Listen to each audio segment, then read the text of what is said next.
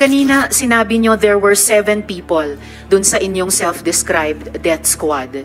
Ano po yung mga pangalan nila at paki-describe yung structure ng organization na sinet up nyo, yung death squad na iyon? Yung death squad ko, lahat itong sa right side ko, puro commander ng death squad yan. Yung isang senador, yan yung nakaupo dyan, si Senator De La Rosa. Death squad rin yan. May rewards po bang ibinibigay sa mga miyembro ng death squad nyo tuwing nakakapat? Police? Police ba yung death squad nyo? Mayaman yung mga maraming mayaman sa Davao. Ano pong koneksyon ng mayayaman sa Davao? Gusto sa ng miyembro ng mga death kriminal. squad? Nagbibigay sila, yung mayayaman, ng reward sa death squad? Yes sir, bago po yan. Sinasabi nyo ba na yung mayayaman sa Davao nagbayad sa death squad para po? Lahat yan sila, ko ito, nagdadasal kasi sa kasalanan niya siguro. Tanungin ko sila ngayon, tanungin ninyo. Sobrang nakakagulat na balita. Grabe, ex-President Mayor Rodrigo Roa Duterte. Umamin merong commander ng DDS squad sa mga senador. Umamin hindi lang iisa DDS sa Senate. Ayon sa nakalap nating impormasyon, nagulat mismo si Senator Bato nang biglang ituro siya commander mismo ng DDS squad ni Duterte. Inamin niya kasama siya sa mga pulis na inuutusan dati ni Mayor. Umamin meron ding grupo ng mayayaman nagbabayad para makapag-operate daw sa Davao ang DDS squad ni Duterte. Pero ang talagang nakakagulat na ibinulgar niya sa Senado ay nang isa-isa niya ituro meron pang ibang DDS squad sa Senate. Tara panoorin natin. Mr. President, kanina pa ho kayo tingin na tingin sa amin. Hindi kayo lagi kayo tumitingin sa kanan. Hindi ho kayo tumitingin sa kaliwa.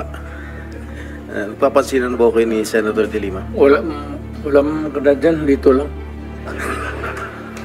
Anyway, Mr. Chair? to be serious, Yes, on a serious Mr. note, Chair, sir. I beg SB Pro Tempore to lead us in setting the tone that this is not a laughing matter. Salamat, Mr. Chair. I was not joking. I was just, para ma-lighten lang yung mood, Mr. Chair. Anyway, on a serious note, Yes, okay. Mr. Continue. President, how do you assess the campaign against illegal drugs during your time, Mr. President? Do you consider it as a success, Mr. President? Mr. Senator, it is a continuing problem for the country and for the entire world. The drug problem is a very serious and pernicious, virulent ailment that the country is facing. Panahon ko and the previous presidents, yung panahon ko, hindi siguro ninyo nagustuhan, not you, yung the entire country. I am addressing the entire country. Baka hindi ninyo nagustuhan. But yun ang style ko. Sinabi ko nga, I tried to do the best that I could. Eh kung nagkulang ako, pasensya.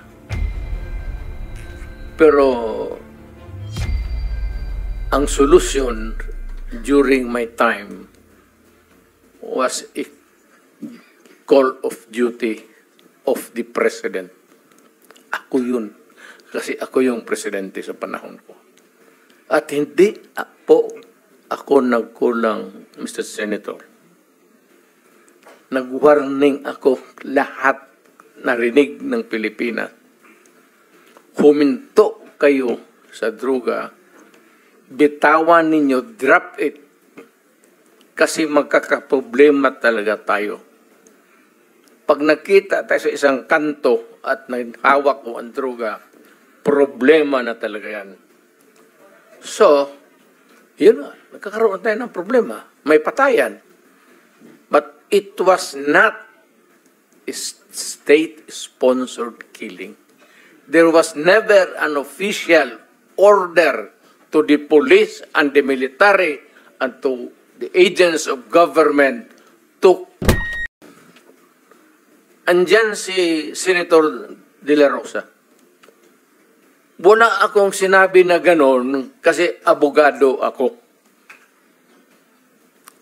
ang sinabi ko, yung sinabi ko nung nagtuturo ako sa Police Academy, that in your fulfillment of duty, yung elements of self-defense would apply to you pag you are trying to arrest a person. Alam mo, ang trabaho ng pulis kasi, pag sinabi mong aarestuhin kita, hindi hinto dyan. The police must arrest and overcome the resistance para madala mo yung kriminal doon sa istasyon at mabook mo para makulong. Yan ang problema at naawa ako sa mga pulis. Hindi mo masabi, bitawan mo yung baril at pag hindi sumunod, sabihin lang ng pulis, o sige, bukas makita tayo dito, huwag ka nang magdala ng baril. Hindi yun ang tinuro ko sa kanila. Nagtuturo ako sa Police Academy. Yan lahat yan sila dumaan sa akin. Yan, because yan ang turo ng sa College of Law. That's the law. Kung ano yung sinabi ko sa police, batas yan.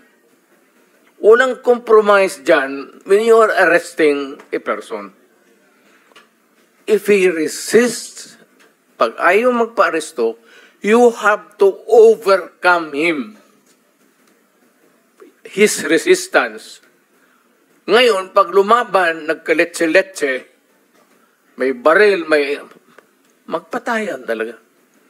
Kaya yan ang problema ng pulis, kaya naawa ako. Kaya ako rin nandito, guns, siguro, paano na rin ng guns, God sent yung invitation ninyo.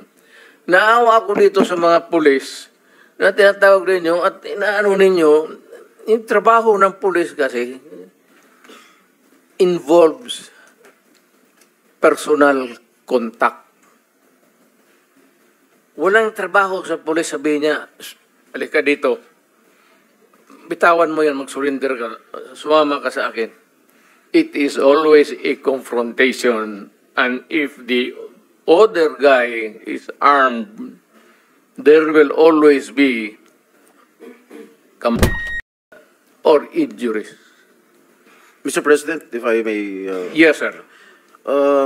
Kasi napapanood ko kayo sa TV, nung hindi pa ako senador, during your term, na meron ho kayo sinasabi, uubusin ko kayo, papatay.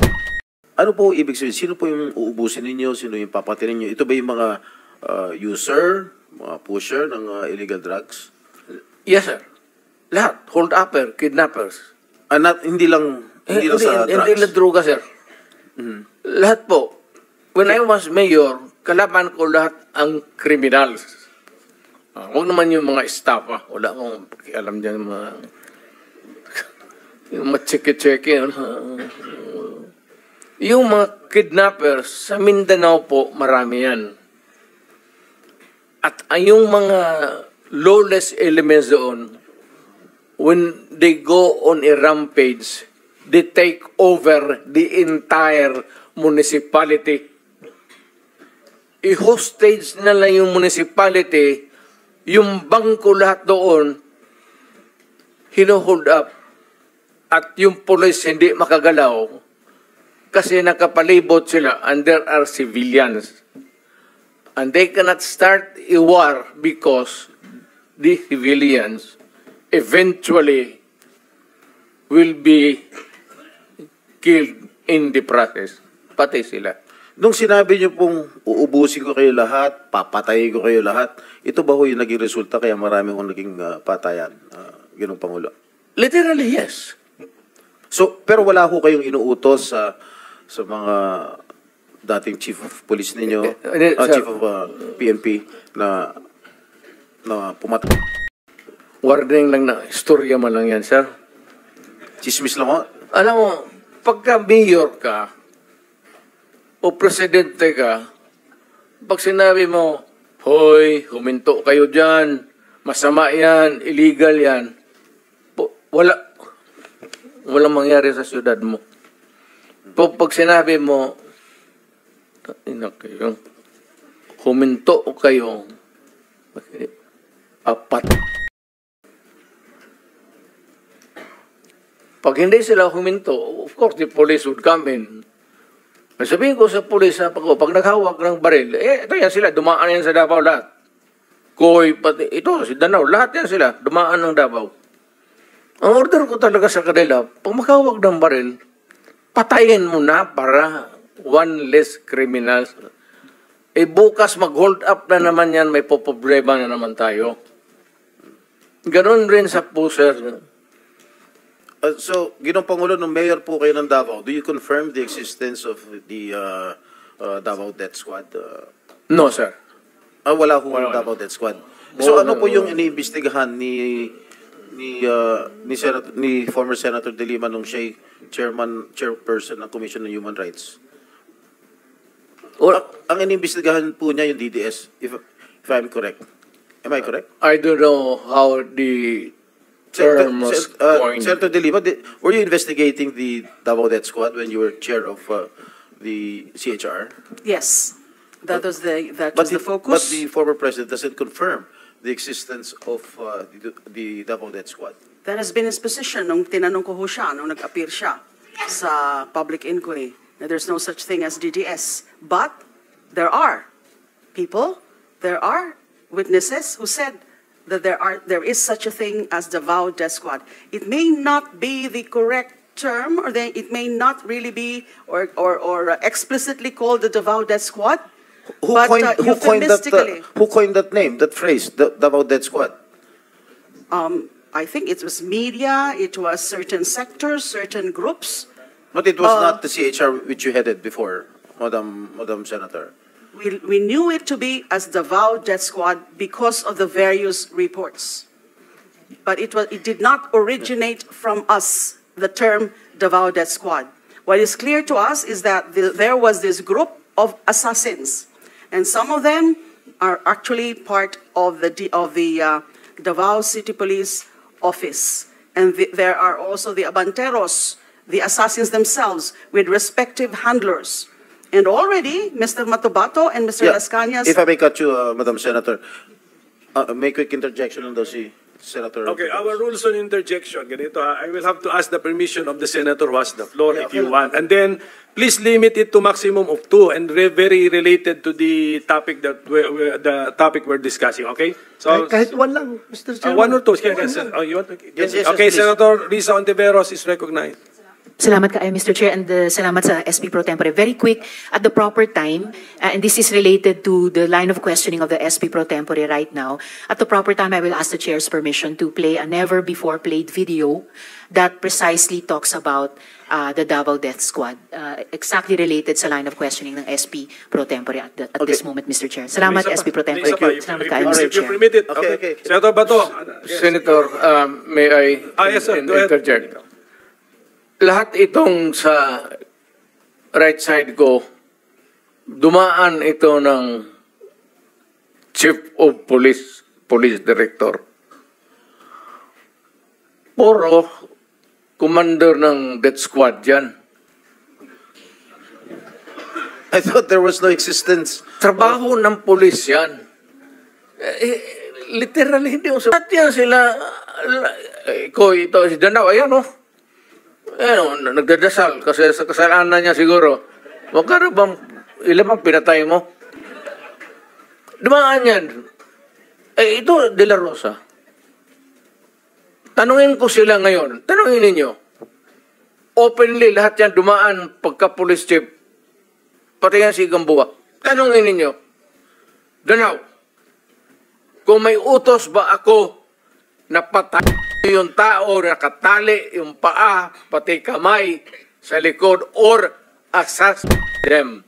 Ang sinabi ko, ganito, prangkahan tayo, encourage the criminals to fight. Encourage them to draw their guns. Yan, buhay yan. Ayan ang sila, yan ang instruction ko. Pati yan si Kuy. Encourage, pati yan si De La Rosa, encourage them lumaban. Pagka lumaban, patayin ninyo para matapos na ang problema ko sa syudad ko. Noong na-presidente ako, ganon rin sa command conference.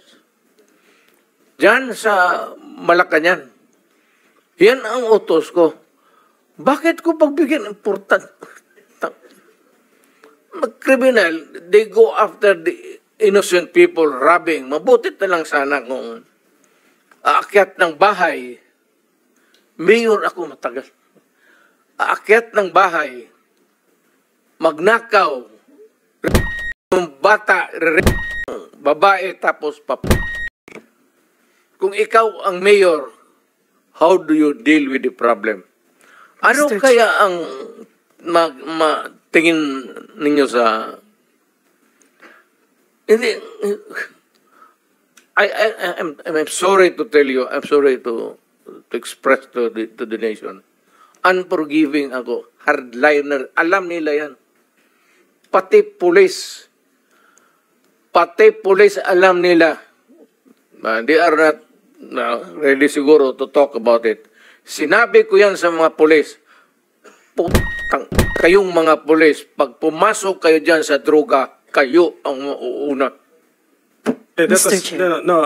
No need to strike it out if that is the real way that the mayor then phrased his sentence. Okay, as chairman, Mr. President, fact-finding muna. General Gamboa, you were formerly Chief of Police of Davao. Lahat yan sila? Yes, answer. Yes or no? Yes? No, sir. No, okay.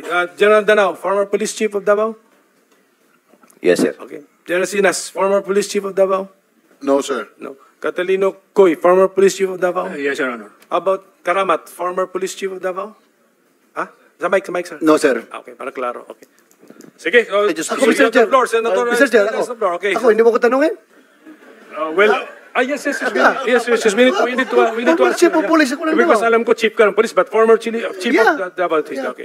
And Mr. Chair, sige, kanina, yes, you allow allowing me him. Sige, one. short introduction. Mr. Chair, yung DDS, yung term ng DDS, siguro sa amin dito, Danao, General Coy, General Gamboa was never a Chief of Police, but na-assign yan sa Davao, sa Police Regional Office 11. Ako, assign ako ng Davao as City Director. At doon ako nagsimula yung career ko sa Davao City. Just this weekend, Mr. Chair, in-interview ako ng mga media ng Davao nung umuwi ako. And harap-harapan, sinabihan ko sila, kayo kasi, mga media ng Davao, kayo nag-imbento ng term ng Davao Death Squad. Pag may naman, binabalita kagad nyo, Davao Death Squad, Davao Death Squad. Kayo ang nag-imbento ng term na yan. Sabi ko sa media ng Davao. And later on, one of the media ng Davao, dinibunk yung aking statement. Sabi niya, sir, with due respect, bago namin yan na-create, yung term na yan ng Davao Death Squad, meron kasing isang namatay, sir, may isang binaril. May nakalagay doon na placard na Davao Death Squad. Kaya doon nag-start yung paggamit namin ng term ng Davao Death Squad. So therefore, sabi ko, okay, I will correct my statement. Hindi kayo ang nag-invento, but kayo ang nag-propagate ng word na yan. So yun na, lumaki na nagiging ginamit niya. Pag may binaril, sabihin kagad, Davao Death Squad. Kahit na binaril dahil jealousy ang motibo, or kaya malaking utang, nakadispal ko ng pera, binaril, DDS kagad ang pinapalabas na term. So, yan na, lumaki na yung pangalan na Davao Death Squad, Mr. Chair. Yan na po yung intervention niya po. Yan, yun na, thank you. Sige po, before I return the floor to Senator Estrada. Doon sa umami na naging chief, sino? Chief Catalino Coy, naging chief ka. Danao, naging chief kayo. Do you mind or don't you mind having been called as the head of the Davao Death Squad by the former president?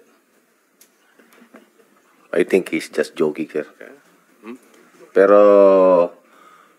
kagaya nga po ng sinabi ng ating mayor, sir, in my stint of almost 3 years as the city director of Davao, wala po talaga yan yung sasabihin na you kill him, wala pong ganun, sir.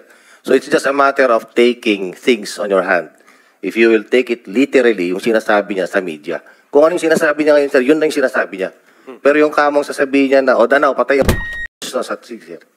Na ganun. So, walang Walang ganong nautos. Is there a danger that your men will incorrectly interpret what the mayor was saying? Well, nung panahon ko, sir, as city director, I don't deny, sir, that there were some killings. Pero talagang, ang tao ko, sir, ilan din ang na-hospital dyan. Even in my term as my regional director of 4A in NCRPO in MPD. On record yan, sir, nasa hospital. Hindi lang, sir, nasa hospital, kundi namatay yung pulis natin. So, anong gagawin, sir, ng pulis pag ikaw ang nasa sitwasyon namin, sir? Are we going to allow just to kill the PNP there? So siguro, sir, maging emotional man tayo rito, sir, pero kami po mismo is nasa front line in enforcing the law. Pero there's no such thing as sabihin na patay si ganito, no. Walang ganon, sir. Sige. Can we hear from Catalino Cuy? Thank you, Mr. General, Chairman. yes, General. I mind very much me being associated with the DDS because during that time when I was the city director of Davao, it was really a problem for us, especially the unsolved killings. Actually, we had a case in Ombudsman because of that, because of command responsibility. It is really a challenge for the PNP to investigate those cases because even the relatives of some of the victims refused to cooperate. And we believe also, and there was a suspicion that there were really some PNP personnel and even some civilian individuals who were involved in those incidents. Thank you, sir. Okay, Senator Jingo, you have last 5 minutes. Thank you, Mr. Chair. What's the pleasure of Senator De Lima? Just one or two sentences, Your Honors. Yeah, please, go ahead. We all heard from the horse's mouth that there are indeed death squads and pointed to certain former PNP chiefs or chiefs of Davao. These are very clear. Davao Death Squad to liquidate criminals, suspected criminals. Inducing, encouraging, and prodding people to kill directly or indirectly is not part of the duty of an executive official, whether it is mayor or president. Malinaw po, yung Davao Death Squad andyan. Marami pong sinabi dyan tungkol sila Matabato and Las Cañas. And Colonel Garma has confirmed that there is such a group, only that they are covered by code of silence. Hindi po madali talaga ang kumuha ng mga pag-aamin sa mga police officials na sila ang mga inutusan para pumatay. Ang dami pong mga dinarate sila Matabato and Las Cañas tungkol sa mga specific cases of killings na yung order either pinapadaan kina Sonny Benaventura or kay Las Cañas and at times even from then Mayor Mr. Chair, Duterte himself. I'm sorry to interrupt. Thank you, ma'am. Good Senator. Yes, you have the floor. You have the floor. Go ahead. The former senator is jumping into conclusion. Let the committee decide whether indeed there is an existence of the Davao Death Squad. Senator Estrada, may I Yes. just... Go ahead, sir. Yes, Mr. President. One statement. Kung lahat man ito, kung totoo, palayan niyo ako ng kaso. May korte. At sinasabi ninyo na bakit ninyo nalaman na matay, na ganun-ganun. So, ibig sabihin may witnesses kayo. O, file the case in court or file the cases in court. Sabi ko nga dito sa ano ko, mine and mine alone.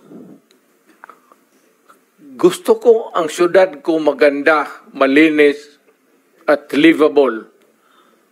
At sa awa ng Diyos, ako ang nauna sa Pilipinas. Alam mo bakit, sir? Ako po'y empleyado lang ng gobyerno. I started as a prosecutor. Kaya kapa ko yung kriminalo, pati yung mga criminals. That is why, Mr. President, I was asking during my line of questioning a while ago, addressed to former Senator De Lima, why did she not file cases when she was the head of the Commission on Human Rights? She investigated, allegedly, the DDS, if there is a right term for it. She did not She did not file any cases. You were present, Mr. President, when I think when Senator De Lima, or when she was the chair then of the CHR, you were present during the investigation, if I'm not mistaken, Mr. President. Yes, sir. And the president, when I asked him, denied that there was an existence of the Davao Death Squad. My question lang, Senator De Lima, bakit hindi kayo nag-file ng mga kaso kung talagang naniniwala po kayo na meron ho talagang death squad? Why did you not file cases immediately when he was just still a mayor? Yes, Your Honor. Nasagot ko na po yun. Hindi mo nga sinasagot yung mga pwede talagang mga maging witnesses ay hindi pa willing, takot pa na mag-testify against the former mayor. All right. When you were Secretary of Justice, you had all the power. You were a very, very powerful cabinet member under the Aquino administration. Why did you not pursue it? Because at that time, wala na nga akong nagiging resulta ng mga nagiging investigation din. Because again, Madam Senator, you were a very, very powerful member of the cabinet during the Aquino administration. You had all the resources. You had the NBI at your disposal. Lahat ng mga government agencies were under your disposal. You had the ear of the president. Bakit hindi kayo nag-file ng kaso laban kay Mayor Duterte?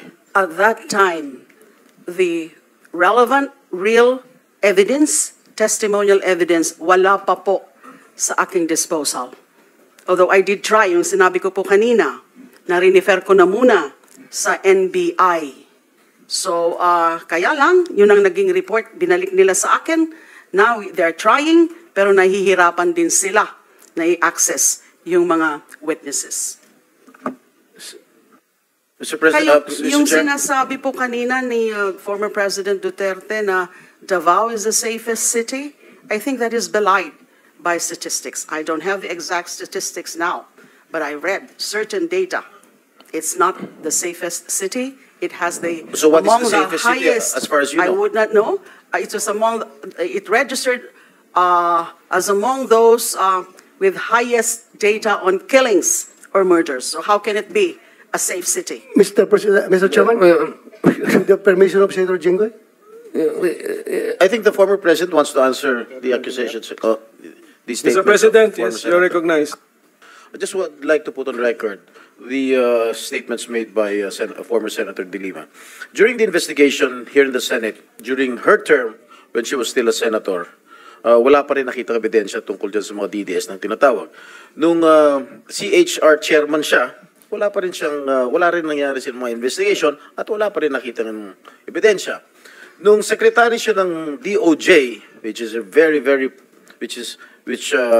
very powerful cabinet position, wala po rin siyang mga nakitang ebidensya. At hanggang ngayon, yun pa rin po ang sinasabi niya, wala pa rin gustong mag-testify, wala pa rin siyang kinakasuhan. So I think that is a matter of incompetence, Mr. Chair. I take Thank you. Mr. Chair, exception to that, Your Honor. Okay, to be fair, sige. The chair will be fair. Excuse me, everybody, Mr. President, teka muna. Sige, Hindi ko po nagustuhan. yes, Senator De Lima, sige, short short. Hindi ko po nagustuhan yung ganung conclusion na wala akong ginawa o that incompetent. Malayo pong description sa akin yan. I always do my job. Depende sa mga circumstances, depende rin sa kung ano talaga yung makakalap. And hindi ho tama na nung Senate inquiry, kasi nandun po si Matubato, present ko nga po. Pero after I presented him, inalis na po ako as Senate chairperson. Now, ano yung tungkol sa safest city? Ma'am, what exactly is the standard? Can I stop you there? Wag na natin, let's not debate on the safest city. I mean, focus po tayo, no? A Philippine war on illegal drugs. So, anyway, opinion na po yun. There's no right and wrong opinion. Yes, Senator Risa? Salamat kaayo, Mr. Chair. Wag nating kalimutan, may bombshell na inamin ang dating presidente kanina. Sinimulan niyang i-implicate, ilaglag yung mga ilan sa mga dating PNP officials natin na involved daw sa Davao Death Squad noon. Pero sila mismo, sinabi nila na may death squad sila. Siya. Bagamat hindi daw pulis, may death squad siya. Yun yung iniimbestigahan nga natin dito, Mr. Chair. Yung war on drugs, yung extrajudicial killings na nangyari nung war on drugs, sinimulang modelo sa Davao noon, tapos iniimbestiga natin kung yun ang ginamit na template o modelo para i-scale up nationwide.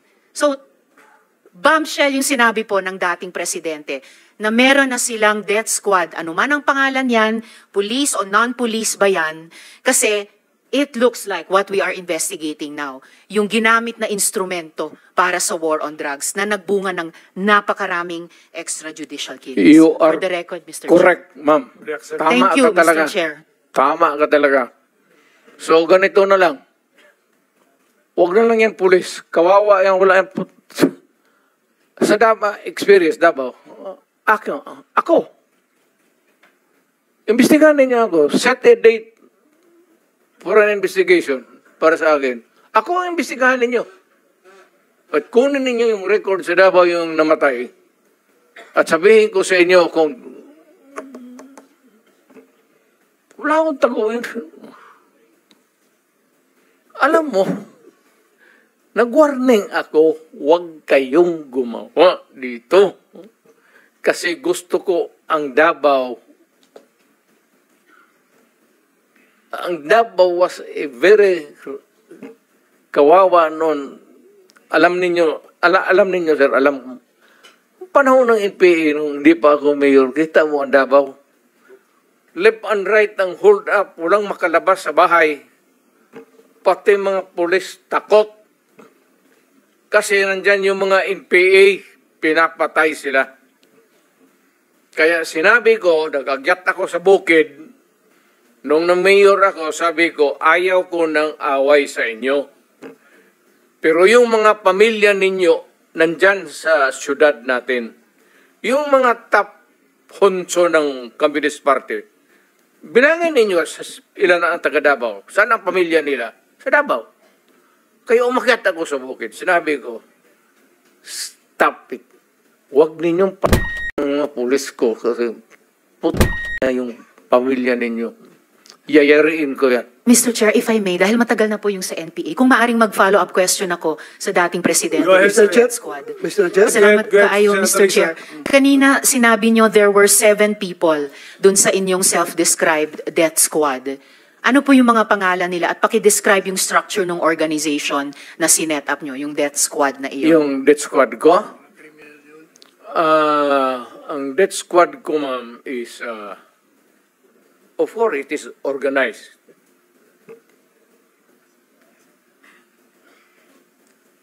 Hanggang dyan lang. Ano po yung structure ng organization na iyon? Against criminals. Hindi po, yun yung task siguro na binigay nyo. Pero anong structure ng death squad niya iyon? Structure against crime and criminals. Ibig sabihin, ano po yung setup? At sino yung 7 yon na miyembro ng death squad nyo? Fight crime. No sir, yung pangalan nung sabi nyo, 7 tao na nasa death squad nyo. Mukhang patay naman sila lahat, ma'am. It's okay sir, ano pong mga pangalan nila? You know, when I was mayor, it's about 43. I am now 73. For the life of me, I cannot remember the name. And ano po yung structure nung 7 yon? Merong bang team leader, may 2 tenyente, then may 4 pa na tao? Ano po yung structure ng organization na iyon? I said I am 73 years old. Hindi ko nga alam kung bakit nandito ako kaharap mo. Sir, I'm sure alam nyo kung bakit kayo nandito. In fact, kayo po yung nagsalita ng pinakamarami sa resource persons. May reward po ba yung 7 iyon sa death squad nyo? Again, ma'am? May rewards po bang ibinibigay sa mga miyembro ng death squad nyo tuwing nakakapatay sila? Police? Police ba yung death squad nyo? Yun ang allegations. Hindi po, yung sinabi nyo kanina. Huwag tayong lumabas dyan. Hindi po ako lumalabas. May ibang lumalabas. Yung Dito sinabi po ninyong death squad, may rewards po ba yun? Centered sa police na sinasabi na binabayaran. No sir, pina-follow up ko yung sinabi ninyo. Ay, yung civilian? Unprompted. O so, kung civilian yon, yung sinabi nyo na death squad nyo na 7 tao, may rewards po ba yung 7 taong iyon kapag nakakapatid? Ma'am, mayayaman yung mga maraming gago na mayayaman sa Davao. Ano pong connection ng mayayaman sa Davao? Gusto dun sa pumatay miyembro ng mga death kriminal. squad? Because Ibig sabihin, they want their city to be safe. Nagbibigay sila, yung Because mayayaman, they ng want rewards sa business to death thrive. squad? Yes sir, bago po yan, sinasabi nyo ba na yung mayayaman sa Davao nagbayad sa death squad para pumatay? Sila Si Colonel mismo. Makasait po ba kasama sa death squad na iyon? Sino? Colonel Makasait, kasama po ba sa death squad na iyon? Colonel Makasait? Ma'am, alam mo sa totoo lang, mahabang istorya to. It's okay sir, maikli lang sana Pero ang ang sagot. problema, ma'am, patay na yung tao. Si Colonel Makasait ay patay na. Ayaw kung marami. Policeman, police officer in the police department. Pero patay. Okay sir, may Huwag mo rewards akong po ba sila? tanungin kung anong history yung tao na yan. Okay, may rewards po ba sila, yung mga miyembro ng death squad nyo? Sino? Ako? Magbigay? Yung 7 miyembro, kung sino man ang nagbigay, may rewards ba sila kapag... Walang reward, ma'am, kung Walang police rewards. yan. Lalo Hindi ng ho. police. Bakit Wag- ako magbigay ng reward sa mga... Hindi po, Trabaho paiba-iba po nila yung yan. sinasagot nyo eh. Hindi ko tinatanong yung mga pulis. Oh. Tinatanong ko po yung mga miyembro ng death squad nyo. Ah. Binabayaran ba sila kapag nakakapatid? Ah, Wala. Okay. Ngayon, ikaw, bilang Pilipino, ano ang masasabi mo at reaksyon sa balitang ito? Mag-iwan ka ng komento sa ibaba at atin pong babasahin isa-isa.